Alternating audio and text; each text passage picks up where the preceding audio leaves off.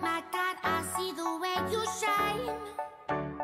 Take your hand, my dear, and blaze. Salut les amis, petite vidéo qui n'était pas prévue sur la chaîne, mais Thierry avait envie de faire un débrief de fin de stage. Donc c'est avec grand plaisir qu'on va lui laisser la parole et qu'on va écouter le débriefing qu'il en fait. Et on va peut-être lui poser quelques questions pour agrémenter la discussion. Allez, je laisse la parole. Ah ben Thierry, c'est à toi. Eh ben, bonsoir tout le monde, donc voilà, je m'appelle Thierry, j'ai 53 ans et au départ j'ai vu l'aventure que proposaient Stéphane et Jean-Pascal et il me tenait à cœur au bout de 2 mois de vous faire un petit retour d'expérience. Je vais aborder 2 sujets, vivre en voilier et apprendre la navigation. Stéphane m'a apporté toutes les réponses à mes doutes sur vivre dans un voilier pendant 2 mois.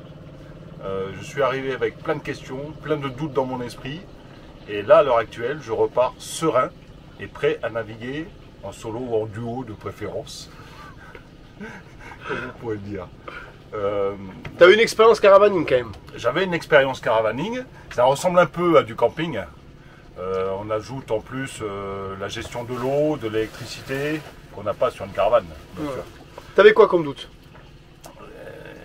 Le premier doute à lever était ma capacité à rester sur une embarcation pendant 2 mois, en voyant la terre de temps en temps, mais surtout à vivre sur un voilier. C'est petit. C'est petit, même si celui-là il est grand, c'est un 44 pieds, mais c'est un espace restreint pour 5 personnes. Donc du coup, je voulais lever ce doute, et là, à l'heure actuelle, il est complètement levé, et je suis prêt à partir. Tu avais l'expérience quand même de vie en caserne et de vivre avec des hommes. Alors la vie sociale est très importante sur un voilier. Il y a des choses où chaque personne a un rôle. S'il ne joue pas ce rôle, là on tape dans le mur après. Et ça c'est pas bon.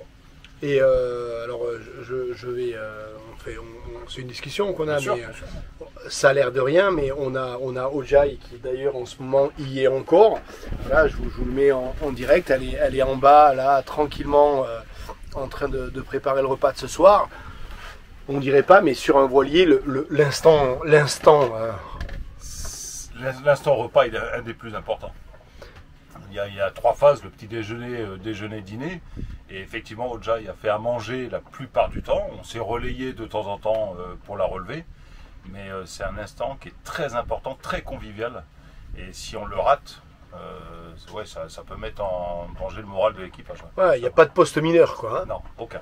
Et on peut le dire, Jean-Pascal, ta compagne est une guerrière parce que 1 ou 2 fois, elle a été jusqu'au bout du bout. Elle cuisinait, et hop, on la voyait partir, une fois que c'était fini, elle sortait et elle allait vomir. Et elle était malade et mes missions étaient accomplies, quoi. Et bon, chapeau, on peut le dire.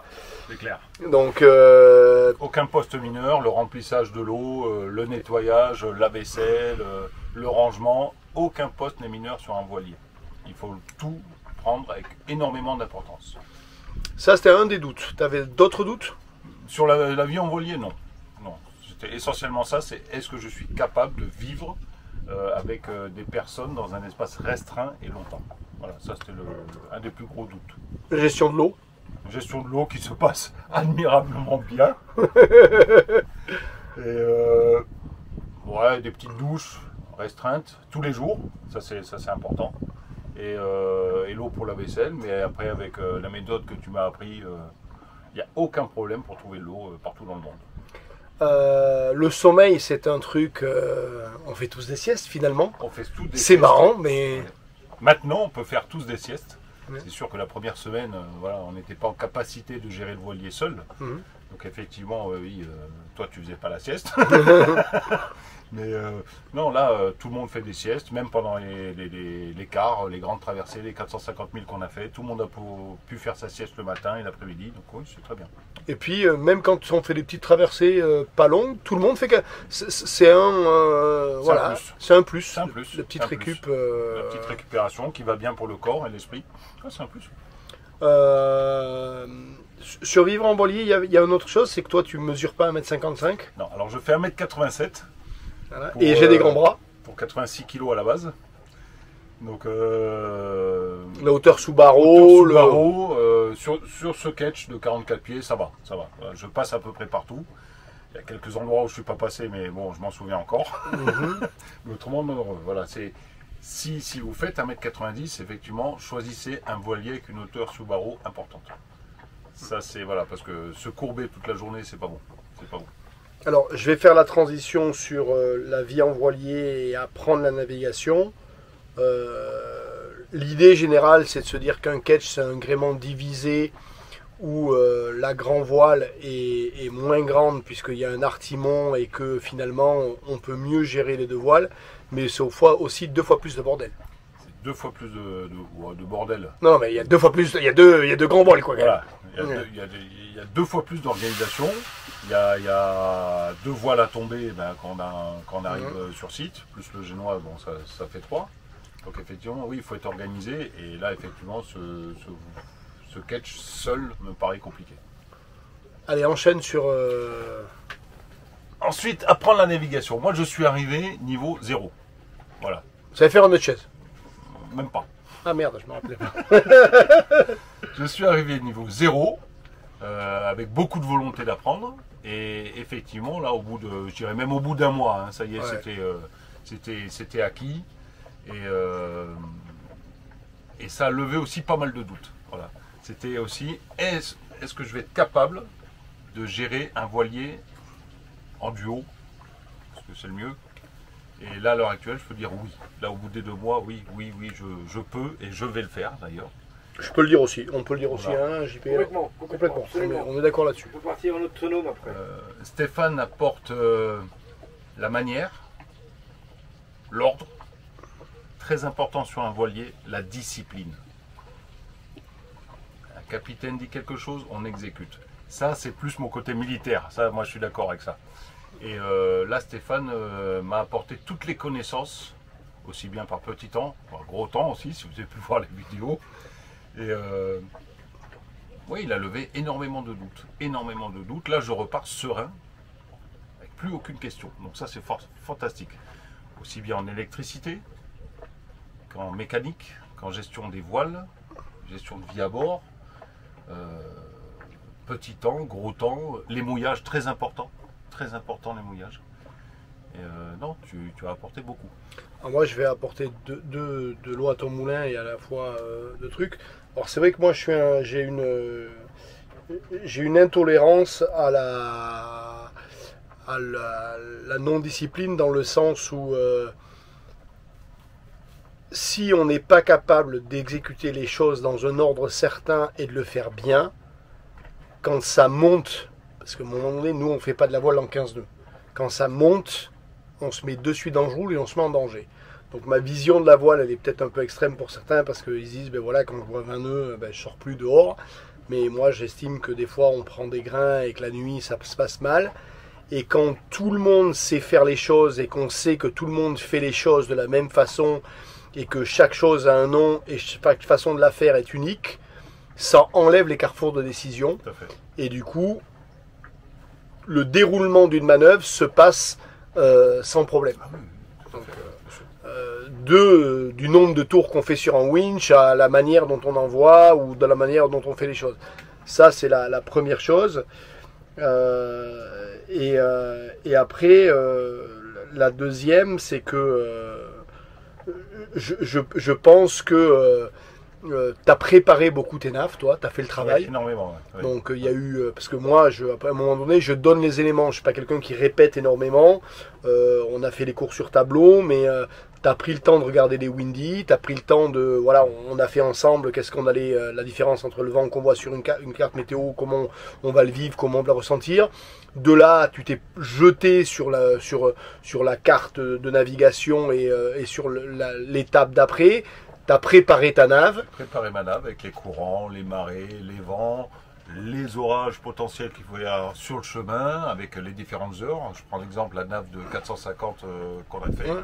Je savais à peu près à quel moment on allait prendre un grain dans la première journée. Ou, voilà. Ça c'est important. Les obstacles. Les obstacles. Toujours identifier les obstacles sur la carte. Moi, je mettais des pastilles en plus pour que ce soit bien visuel et voilà, on ne les rate pas. Les plans B. Les plans B, effectivement, oui, sur certaines routes ou mouillages. Ouais. Voilà, ouais, toujours. Et derrière, tu as pu mettre en corrélation les routes qu'on faisait avec tes prévisions C'est ça. et te rendre compte que tu étais juste 99% C'est du ça. temps. Alors, pour expliquer aux gens, Stéphane me donnait la destination finale. Ouais. Moi, je choisissais la route que j'allais effectuer. Ensuite, je lançais avec Navionics une trace de la route. Et moi, je comparais avec la route que j'avais choisie. Et à 90%, Ouais, même c'était plus, la même. même plus. Ouais, c'était même Ouais, à part Singapour, ou même Singapour, non, finalement, Singapour, on a fini par plus. On a suivre. fini sur ma trace. On a fini sur ta trace. Le réglage de voile, c'est un point qui est important. Les gens comprennent pas trop le 90, le 120, comment on utilise les rails, les machins, les trucs, etc. Là-dessus, c'est frisou maintenant. Frisou. On va voir sur différents temps, mais oui, je suis serein là-dessus. Oui. Ouais.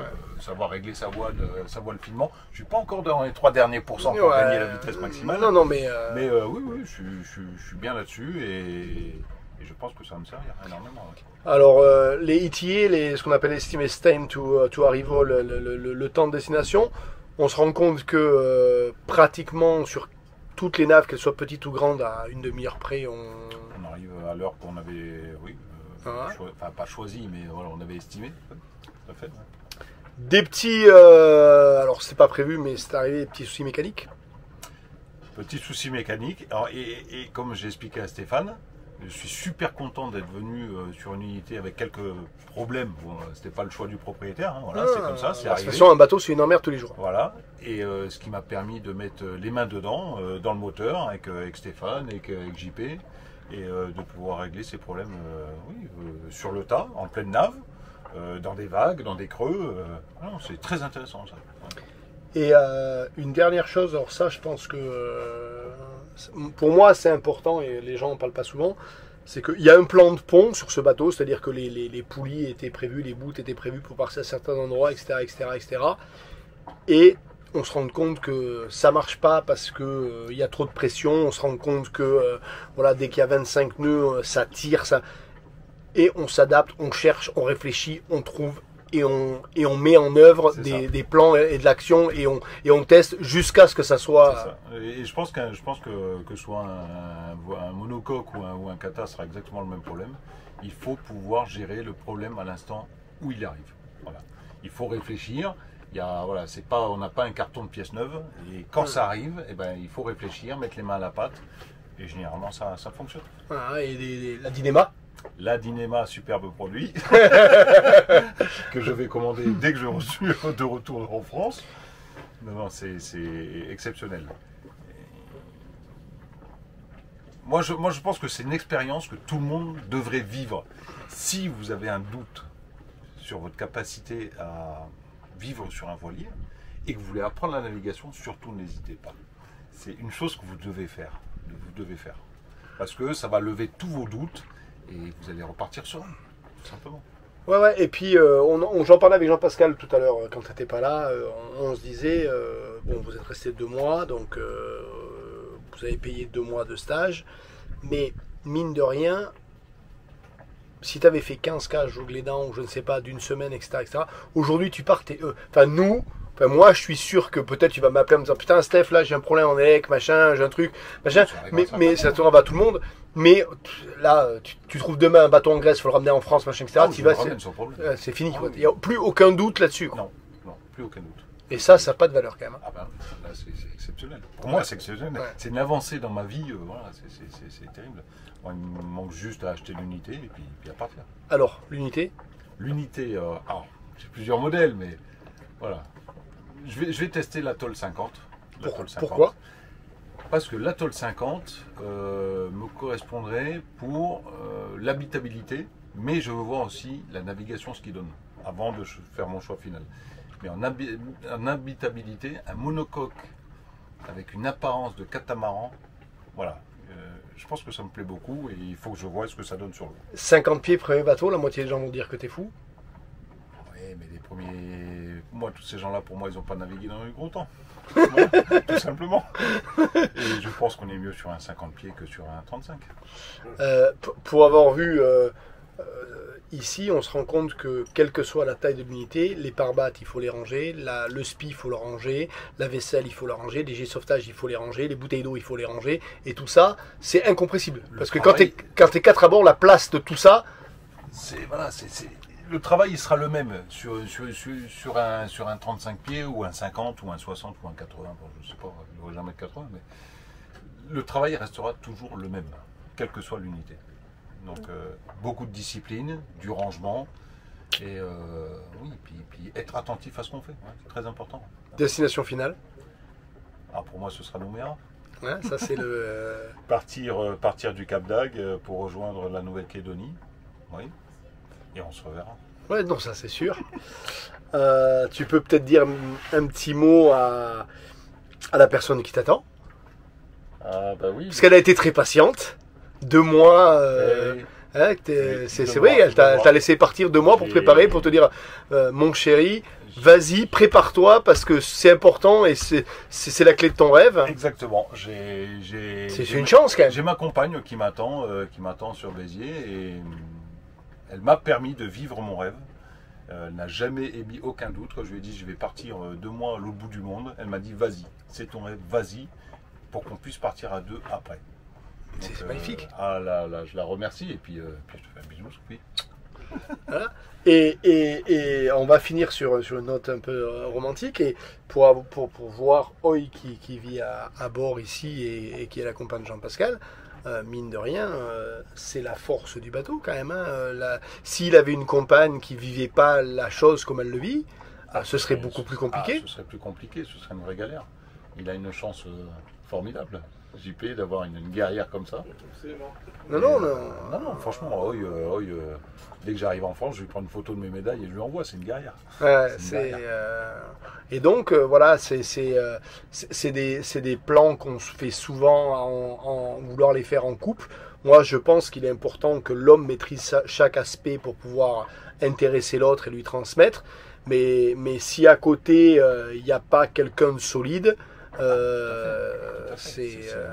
il faut quelqu'un d'aventureux qui a envie de qui a envie de se doucher à l'arrière sur le pont, qui a envie de descendre rencontrer les autochtones, qui a envie de pas forcément dormir parce qu'il y a les moustiques et puis vivre des moments idylliques parce qu'il y a des plages du bout du monde fantastiques. Mais elle n'est pas cantonné à son poste de cuisinière ou d'organisatrice. Voilà. Tout à l'heure, pour le petit exemple, j'ai fait juste un signe à Oi, mais je lui ai pas parlé, je lui ai fait juste le signe. Borde la GV, elle a bordé la GV en moins de 10 secondes. Ouais. Non, mais oui, elle connaît les manœuvres. C'est-à-dire quand je suis à la barre, elle check ce que je fais. Donc, il n'y a pas d'autre mot. Voilà. Bon, allez, je vais te laisser en disant... peut-être que ça embête ceux qui regardent cette vidéo, mais cette vidéo, elle va être en ligne et elle va rester là pour très longtemps. Et donc, elle touche aussi des gens qui sont proches à Thierry et on l'a fait aussi pour ça. J'ai envie que tu dises un petit mot à ton papa et à ta maman. Ah, papa, maman, je vous aime, tout simplement. Et je partirai, certes, autour du monde, mais je serai toujours avec vous. Voilà, petit mot en créole. Papa, tu es pas mon lit. Allez, on finira sur ces belles paroles, mon poulet. Merci Stéphane, en tout cas. À très bientôt.